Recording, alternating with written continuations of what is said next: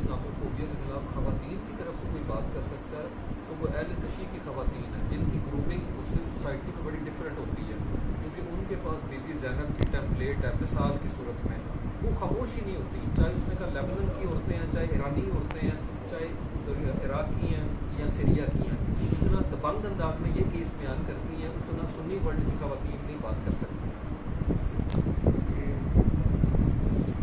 اور ہم خود دیکھتے ہیں پاکستانی معاشرے، میری اسٹوڈنٹ ہے، 5 اسٹوڈنٹ ہے میری ہے، ان کا نام کیسا لگتا ہے، کرم زہرا ہے، ذبیحہ زہرا ہے، مومن زہرا ہے، تو میں دیکھتا ہوں کلاس میں پریزنٹیشن کے اندر جو لیول آف کانفیڈنس ان بچیوں کا وہ باقیوں کا ہے ہی نہیں، اور اتنا وہ دبنگ انداز سے بولتی ہیں۔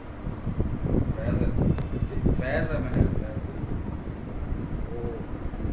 یہ بات میرے ذہن میں آ رہی تھی، لیکن میں سوچا تھا محفل میں کروں نہ کروں، تو یہ بڑی سنجیدہ محفل ہے، لیکن اب آپ نے یہ ایسا موضوع ہی ادھر لے گئے ہیں۔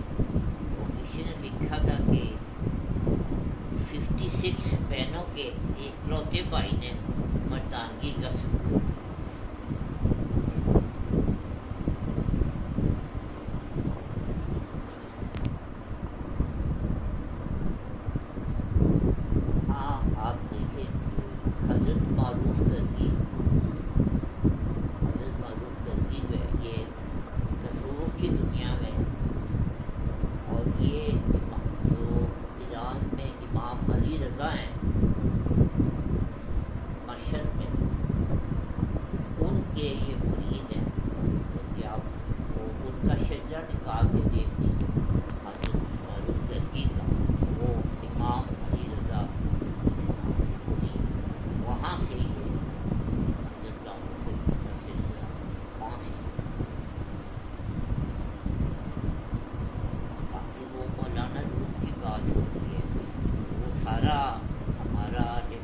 جو ہے وہ فارسی میں ہے۔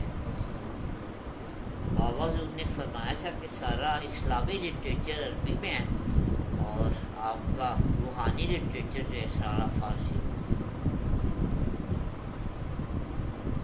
تصوف کے جتنے نام ہیں بڑے بڑے نام وہ سب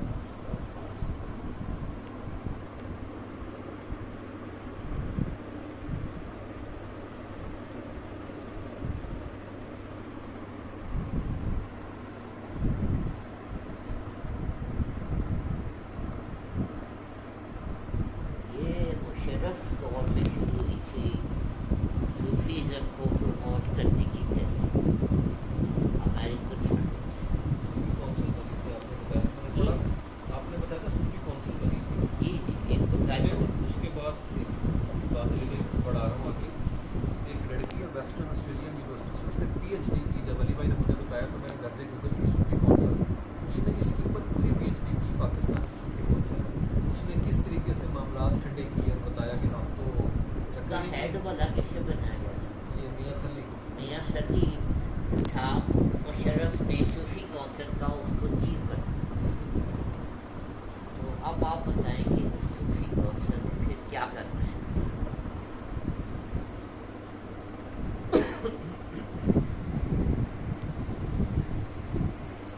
اور پاکستان کے جتنے سجادہ نشین تھے ان سب کو دعوت نامے گئے تھے کہ آپ صوفی کونسل میں شامل ہو اس کے اجلاس میں، اور شامل ہوئے بھی تھے وہ، یعنی کہ یہ سجادہ نشینوں کو خریدنے کی جو ہے ایک اور بڑا افسوس کا پہلو صوفی کونسل کا کہ صوفی کونسل کو امریکہ نے فنڈنگ دی کہ یہ مزارات کی تزئین و آرائش کی جائے، امریکی کونسلیٹ نے لاہور کے درباروں کی تزئین و آرائش کی، اس پہ صوفیہ بڑے راضی تھے، بڑے بڑے دربار بنائے، ہال بنائے، لنگر خانے اس طرح سے، وہ پیسہ بھی امریکی لگا یہاں۔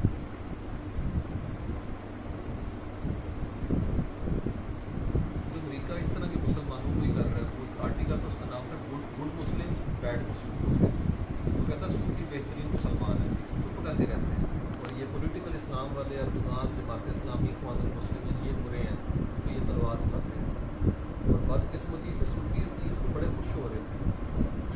وہ ایک میں نے آرٹیکل بڑا شاندار پڑھا ہے، میں کبھی ٹائم ملے گا تو اس پہ بات کریں گے، اس کا نام ہے اسپرچول کلونیلزم، کہ گورو نے ہمارے جو اسپرچویلٹی ہے اس کو بھی کولونائز کر لیا، پکڑ لیا،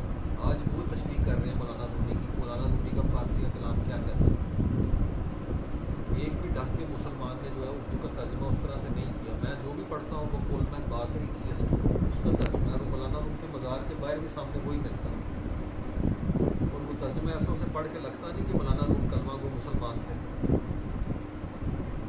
جو ترجمہ ہی انہوں نے اپنی طرح سے کیا اور پیسہ لگایا, فنڈنگ کی ہے اس کو. اور ایران سے تعلق تھا تبریز. مولانا روم نے خود بڑا کہا ہے کہ تبریز سے اصل میں جناب ساری روحانیت مجھے ملی ہے, وہ بھی ایرانی سرزمین ہے. بلکہ علی احمد شریفی جو کہ روح روان تھے اس انقلابی موومنٹ کے, وہ بھی کہتے ہیں کہ امام خمینی آئے اور انہوں نے بتایا بھائی سوگ نہیں ہے کربلا, کربلا ریزسٹنس ہے, اور کھڑے ہو جاؤ, اور وہ پورے کے پوری امپائر گرا دی. اور گورے کہتے تھے انگلینڈ میں تھا کہ انہوں نے کہا صرف اور صرف ایران ایسی جگہ تھی جہاں کے اوپر انقلاب کی گنجائش تھی. اب کسی مسلمان ملک میں انقلاب والی صورت حال مانی نہیں سکتی.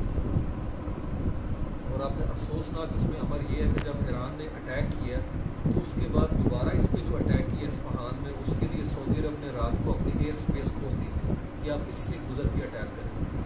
یہ مسلمان ملک ہے. وہ ہمیشہ سب آپ بہت خاموش رہتے ہیں. وہ شعر تو سنائے اگر ایران و اہل مشرق کا جنیوا بات خوشی.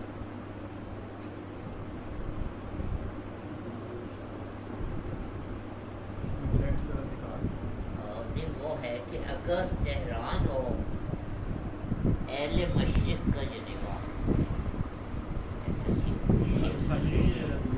اگر تہران ہو اہل مشرق کا جنیوا, ہو سکتا ہے اقوام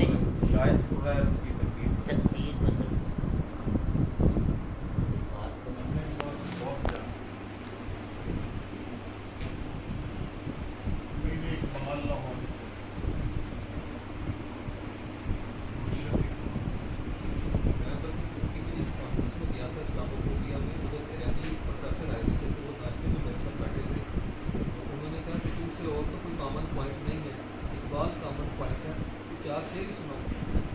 فارسی کا میری تو کوئی نالج نہیں, میں تو ایک بھی نہیں سنا سکتا.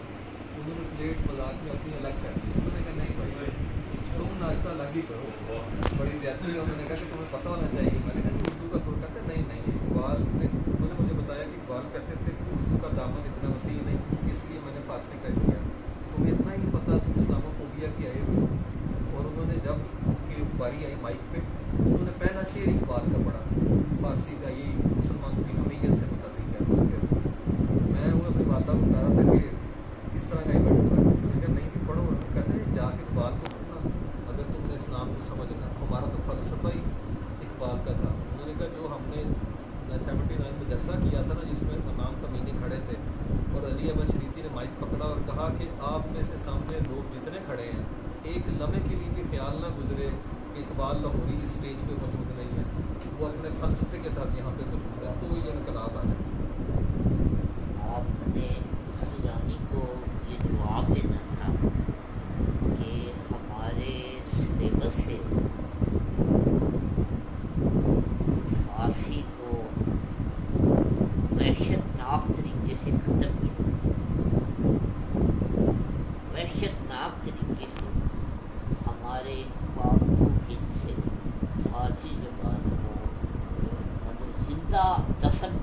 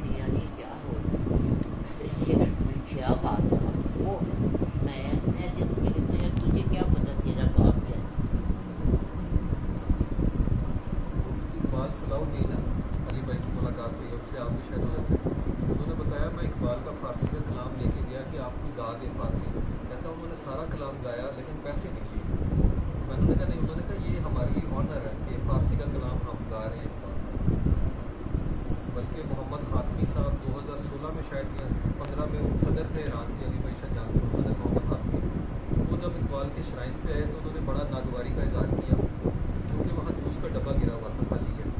تو انہوں نے ہمارے پریزیڈنٹ کو کہا کہ آپ نے قدر نہیں کی اقبال کی ہے، اگر پاسبل ہو تو ہم اس کا جسد حاکی ہڈیاں سمیت نکال کے لے جائیں تہران، اس کو دفنائیں گے، آپ کو پتہ چلے گا کہ یہ صفائی نہیں کی ہے. میں بھی آیا ہوا تھا، پھر چیف سیکرٹری کو ڈانٹا، یہ کیا کام کرایا.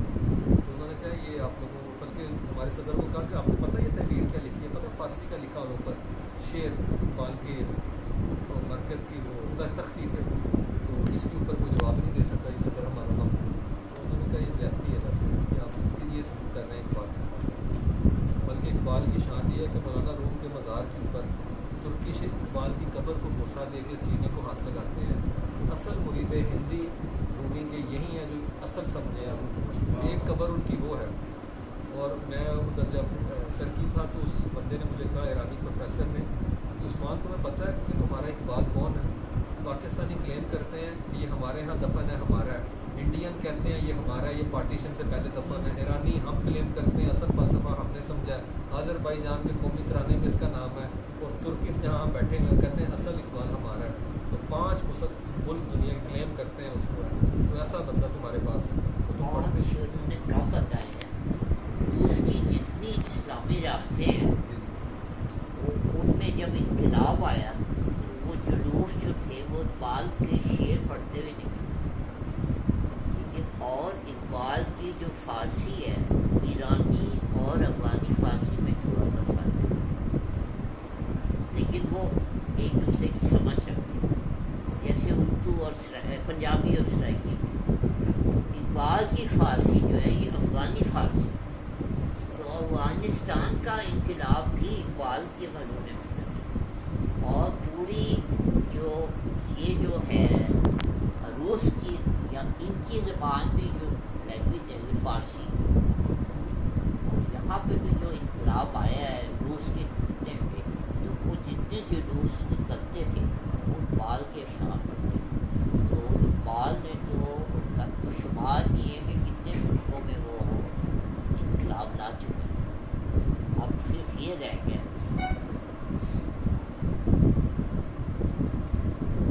وہ جو آپ تصوف کی بات کر رہے تھے، تو یہ جو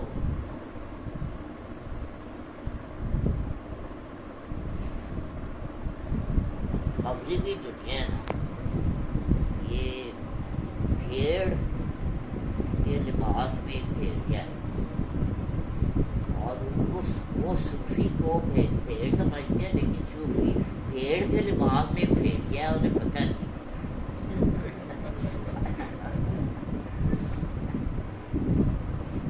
یہ قوت حیدری جو ہے نا، یہ صوفی جو اس کا وارث جو ہے صوفی، اور یہ قوت حیدری جو ہے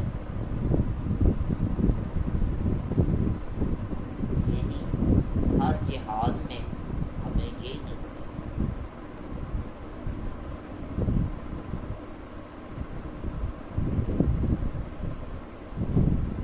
یہ تصور جو ہے یہ مولا علی سے پاکستان میں جو سلسلے ہیں تقریباً سارے مولا علی سے.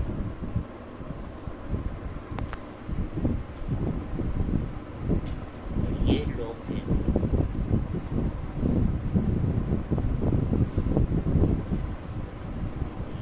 ضرورت عید اللہ کے وارث ہیں. اسد اللہ، ید اللہ، جسے یعنی کہ القاب سے پتہ چلتا ہے کہ یار یہ لوگوں نے ورثے میں کتنی شجاعت پائی ہوگی صوفیاء نے، جو کہ چلے ید اللہ اور اسد اللہ سے، تو ان کے سینوں میں کتنی شجاعت ہوگی. اور جیسا بھی ہمارا طبقہ رہا ہے برسر اقتدار، لیکن آج بھی سب سے بڑا فوجی نشان حیدری.